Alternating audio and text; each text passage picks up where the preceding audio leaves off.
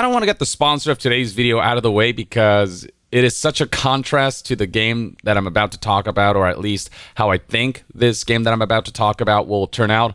Baldur's Gate 3 was kind enough to sponsor today's video, and to me, that was a no-brainer. One of the best games I've played this year, and easily one of my favorite games ever. I've already sung this game and its success is plenty of praise on my channel, but now the game gets to be even more accessible with its September 6th launch on PlayStation 5. The game's PC version scored an incredible 96% on Metacritic, making it not only possibly the highest reviewed game of the year, but also one of the highest reviewed games of all time, and early PS5 reviews already indicate an excellent experience on the console as well. That number's not just for show though. The game truly boasts incredible visuals, addictive fun, turn-based combat that simulates 5th edition Dungeons & Dragons mechanics to a T. Like, it's crazy how well the combat strategies I use in the tabletop game translate to the video game. It features compelling and substance-rich quests, activities, and storylines at every corner, captivating 3-dimensional characters who you'll get to know with a wide variety of romance options, all woven together by a branching reactive plot and narrative that'll be influenced by your decisions as a player with a fully customizable avatar, and of course the will of the dice. It's also a game that encourages you to push its systems to its limits and break them, to get as creative as you can, to think outside the box as absurdly and inventively as your imagination can take you, and it rewards you for doing so. All this can now be played on PlayStation 5, and with how well and intuitively the game plays on controller, Baldur's Gate 3 fits the console like a glove.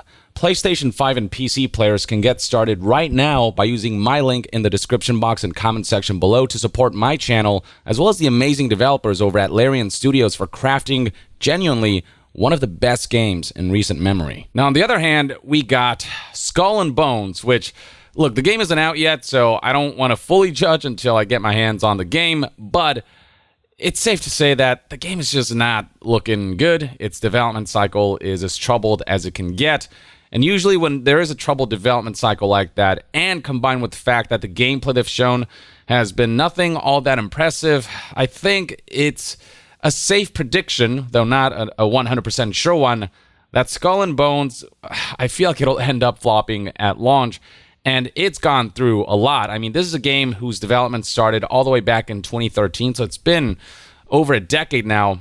And scrolling down here, we have a Kotaku article from July 2021 that kind of documents its troubled development, noting how the development began back in 2013. It was supposed to be an expansion to Assassin's Creed 4 Black Flag. Then it became an MMO-like spin-off, but then that transformed once again into a new pirate game called Skull and Bones. It's gone through so many iterations because Skull and Bones never had a clear creative vision behind it. It suffered from too many managers vying for power and was plagued by almost annual reboots and mini refreshes.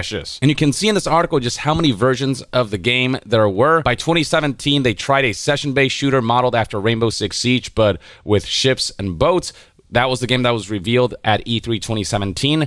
Then in 2018, the game returned with a PvE free roam mode called Hunting Grounds, which is basically the ship's version of the Division's Dark Zones.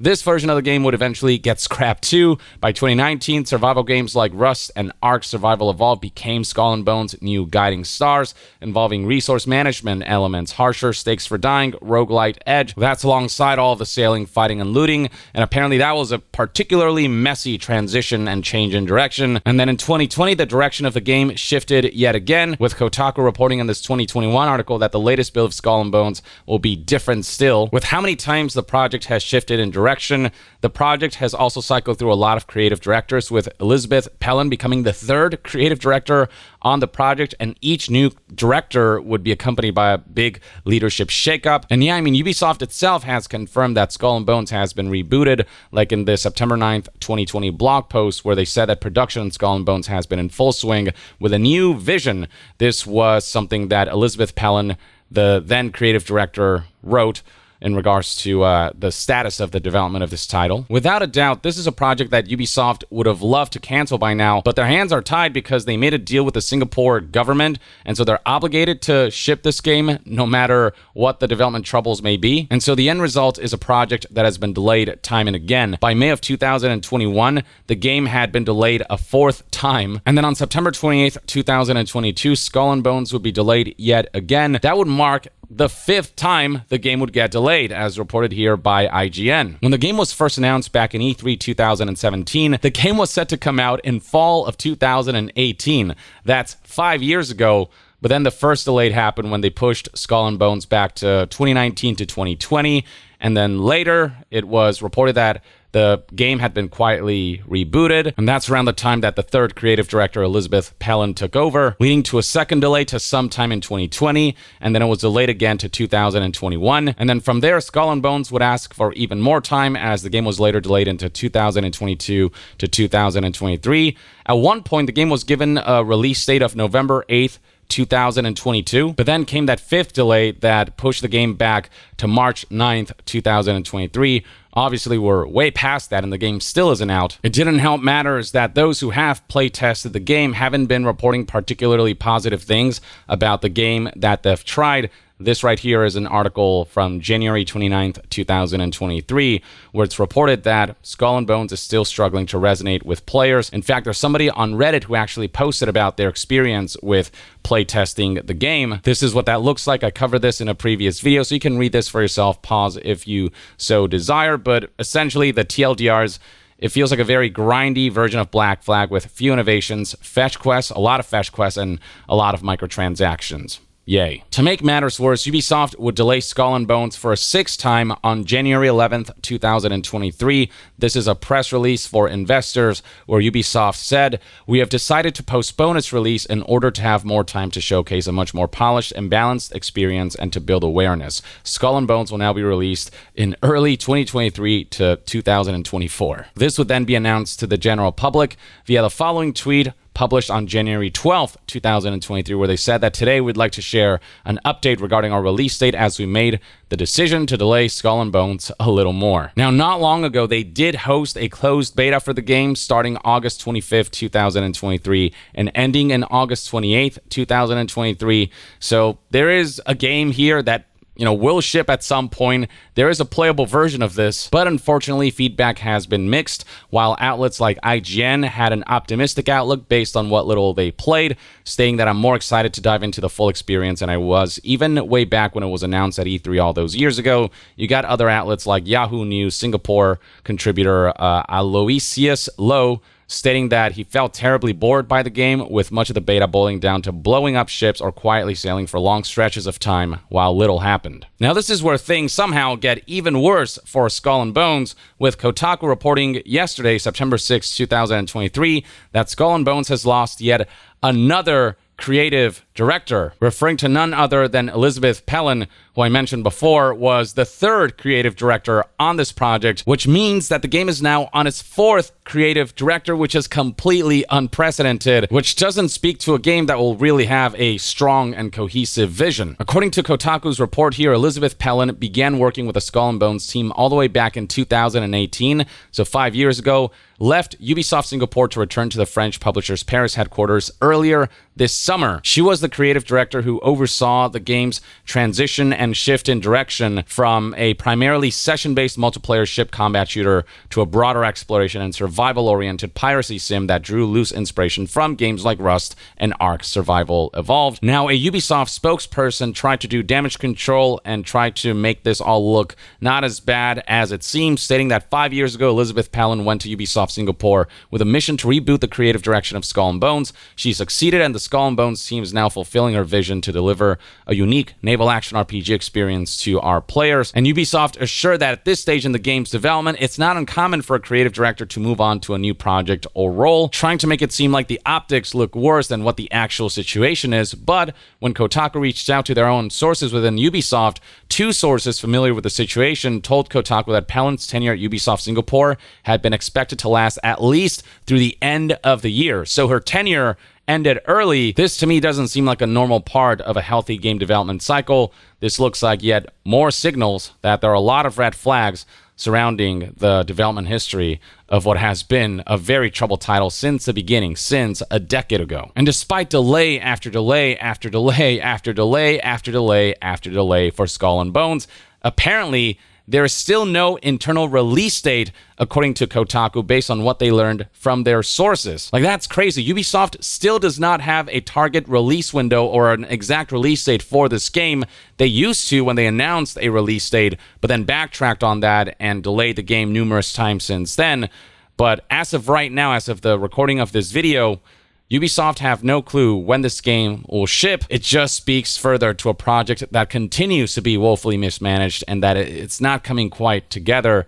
And frankly, I don't know if it ever will. When the game does ship, you know, it's probably gonna be felt that the game's development was all over the place. But Ubisoft promised that they have every intention to deliver what they're calling a quadruple A blockbuster. Wow, quadruple A. Skull and Bones will seemingly transcend the likes of Zelda Tears of the Kingdom, which is only 3 A's instead of 4, the likes of Baldur's Gate 3, among many other renowned games that came out this year and years prior. They intend to deliver on their quadruple A blockbuster before the end of its fiscal year in March 2024, but they've delayed this game so many times after seeming so assured about this time them getting the release date for real. It's hard to trust that more development issues won't arise and that the game won't be delayed yet again. Like, some people are like, this game is just never coming out. I mean, it's obligated to come out, but, you know, this is such a wild card when it comes to a release date because the game has been delayed so many times. And I'm not saying there's anything wrong with developers delaying their games to ensure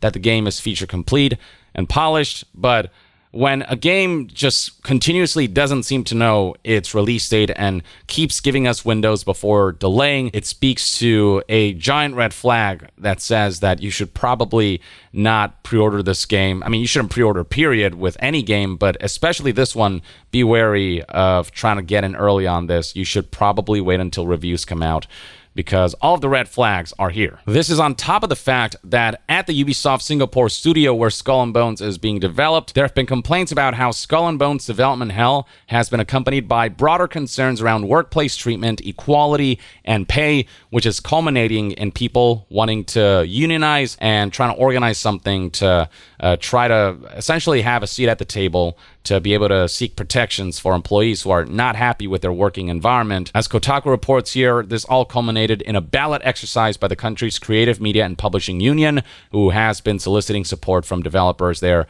via flyers at lunchtime. A spokesperson for Ubisoft said this, provided the following comment to Kotaku when asked about the situation. At the request of the Creative Media and Publishing Union, a branch of Singapore's National Trade Union Congress, a ballot exercise is being conducted this week among eligible team members in the studio to determine whether formal recognition should be granted. Ubisoft, of course, wants to give off the impression that they're open-minded about all of this, but no corporation really likes to give employees power, or the idea of employees having power or any sort of say, any sort of seat at the table. This is very much a PR statement. Ubisoft will likely be doing everything in their power to try to ensure that this union does not have negotiating prowess to give employees the ability to negotiate for better working conditions, better pay, and better hours. But again, to save face, Ubisoft is saying that they believe in the importance of listening to our employees and fostering an open dialogue, and we believe that we have appropriate mechanisms and initiatives in place to continue creating a great workplace. Ubisoft Singapore was voted by employees as a great place to work in 2022,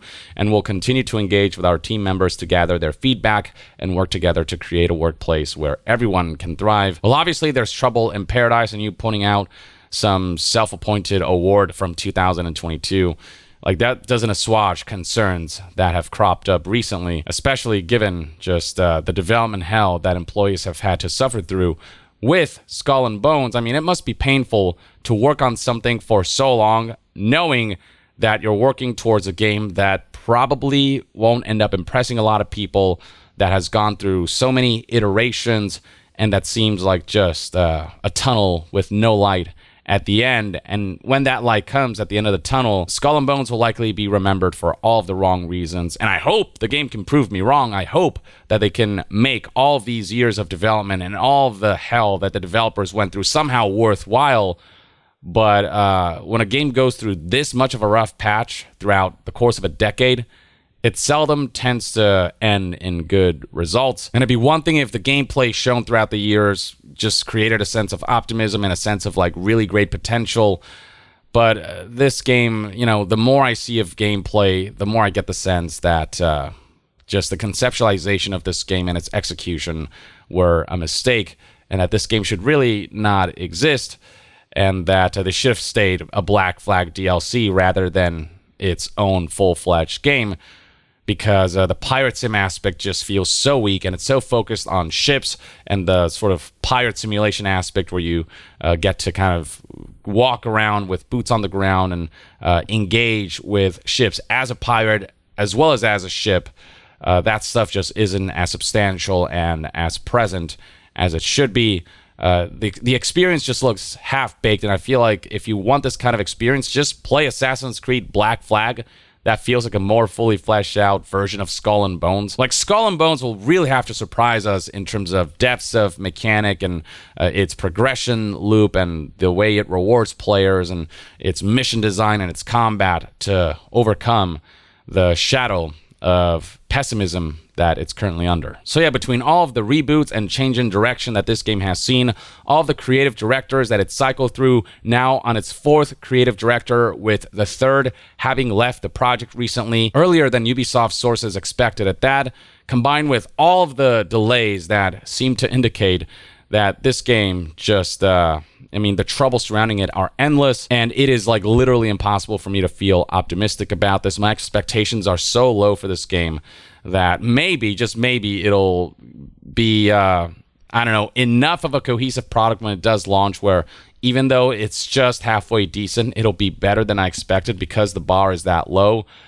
Or it'll just kind of meet that very low bar or even dip further than that. I don't know, for the sake of developers who had to suffer through this, I hope there's enough fun factor with this game where it has a fighting chance, but I don't know, man. It is a very uphill battle that this game is climbing, and I feel like every time news comes out about this game, it's always something that makes you worry further about a game that has never seen any sort of respite from negative news and bad PR. But I suppose only time will tell how this game will ultimately ship. But yeah, there you have it, folks. That's everything you need to know about the current state of Skull and Bones. Let me know in the comments below whether you think this game has some potential or if you think that it's a lost cause based on everything that we know. And to be further updated on all things gaming news, reviews, and discussions, stay tuned right here on Young Yeah. I'll see you guys next time. Young out.